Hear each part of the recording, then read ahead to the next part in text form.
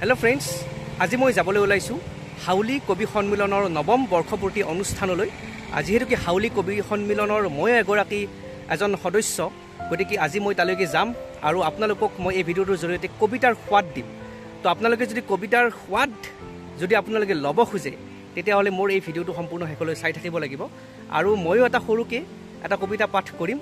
তো চাই থাকিব মোৰ ভিডিওটো সম্পূৰ্ণ শেষলৈ। তো বলকচোন আজি সেই অনুষ্ঠানটোলৈকে যাওঁ।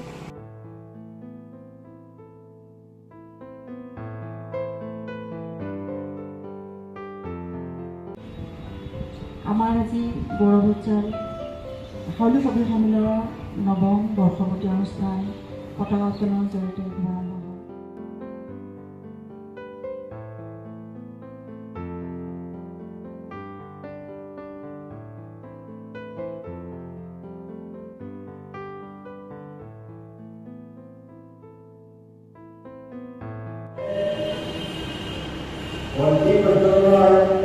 উদ্দেশ্য এটা আমাৰ সকলো অনুষ্ঠানতেই ৰাজহুৱাভাৱে সদায় ৰখা হয়। ইয়াৰ উদ্দেশ্য এটাই আচলতে বন্তি মানে পোহৰ, আৰু পোহৰ হ'ল আমাৰ শক্তিৰ পৰিচয়। আৰু সেই পোহৰৰ সন্ধানতে আমি আজিলৈকে চাৰিওফালে গোটেই পৃথিৱীজুৰি যুদ্ধ চলি আছে। পোহৰ মানে বিকাশ, পোহৰ মানে আমাৰ সভ্যতাৰ বিকাশ। এইবিলাকৰ কাৰণে যি বন্তি প্ৰজ্বলন কৰা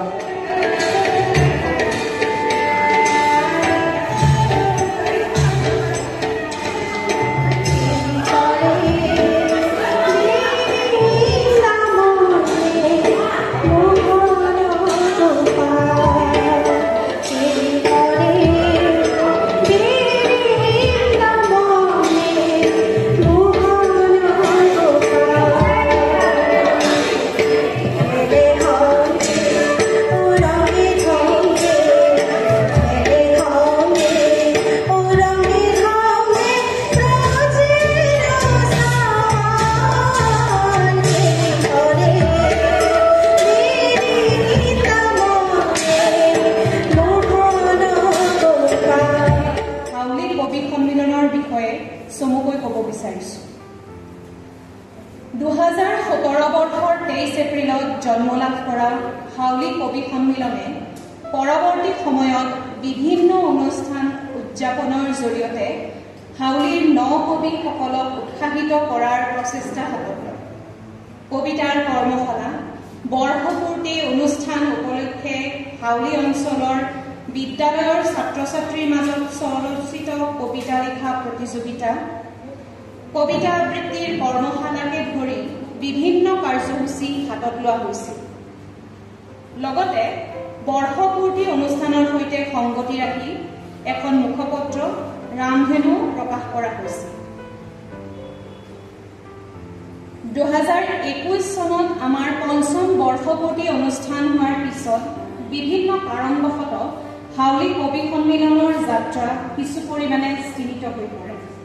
2021 বৰ্ষৰ পৰা 2024 বৰ্ষলৈকে প্ৰায় স্থগিত হৈ পৰা হাউলি কবি সন্মিলনৰ স্থবিৰতা নোহোৱা কৰাৰ উদ্দেশ্যেৰে 57তম হাউলি ৰাস মহোৎসৱত এখন কবি সন্মিলন পতাৰ বাবে হাউলি ৰাস মহোৎসৱ উদযাপন সমিতিৰ সৈতে যোগাযোগ কৰা হৈছিল।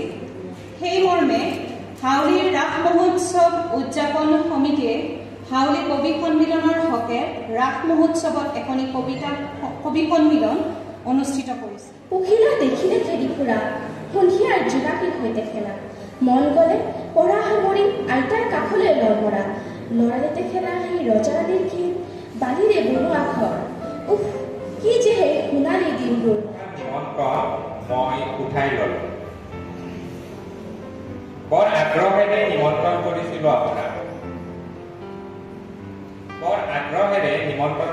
আপোনাক, ভাবিছিলো এচাকি বতাহ আহিব, লগত আহিব এচাক মৌ মাখি, মোৰ সৰ্বশৰীৰত চুমা।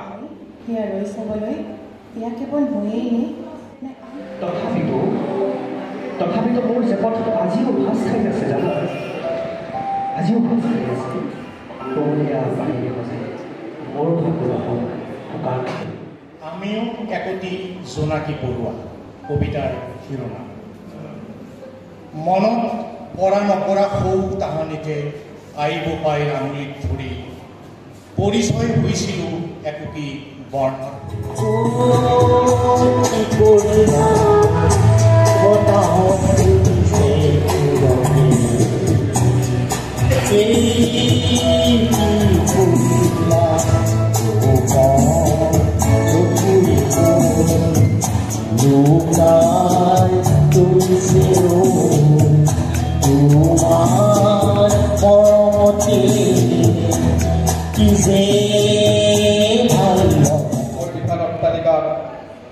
তেওঁ যদিও মোৰ ঘৰলৈ বুলি আহিছিল সচেতনতাৰ খাতিৰত অনুমতি বিচাৰিছিল মোৰ পৰা সোমাব পাৰিছোঁ যদি মোৰ দেশৰ মানুহ মই মনত লগাই কৰিছোঁ সমাধিত বহি সকলোকে সাৱধান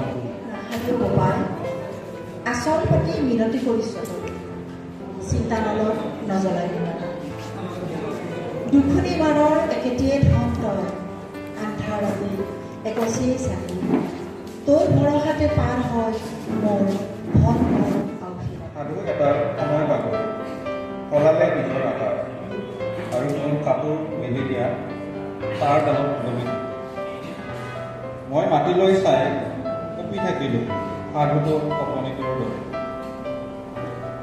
বন মানুহ এটাই সাধুটো অতীতক বুকুত বান্ধি সময়ৰ অতল তলিলৈ যোৱা চহৰৰ পুৰণি আত্মাটোলৈ চাই গা জোকাৰি বহে নতুন অকৃত্ৰিমৰ আত্মাটোৰ কথকতাৰ মাজতে নতুনটোৱে ক'ব খোজে নিজৰ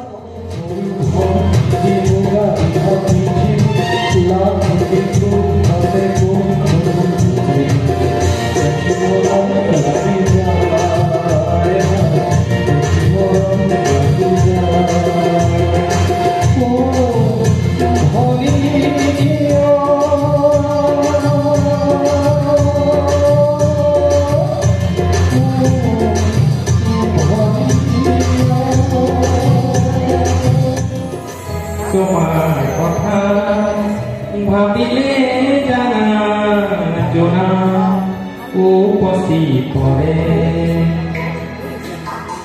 বুকুৰ সিপাৰে এহেজাৰ গোলাপে ৰঙা কলিৰে লুটিয়াই চোৱা লোটেখনৰ মাজেৰে শুনিছোঁ এয়া হেনো তৃপ্তিৰ কাম ঢৌ চিৰা সময়ৰ মাজেৰে কোন বনিকে সামৰি দিছে বেহাৰ এয়াই হেনো মন্থনৰো সময় উজুতি বাৰেকুৰিত আৰু বাকী ঢৌ ফালি মহতিয়াই আহক তেজত সুৰসুৰে তুলি ভাল পোৱাৰ প্লাষ্টিক যেন লাইটবোৰ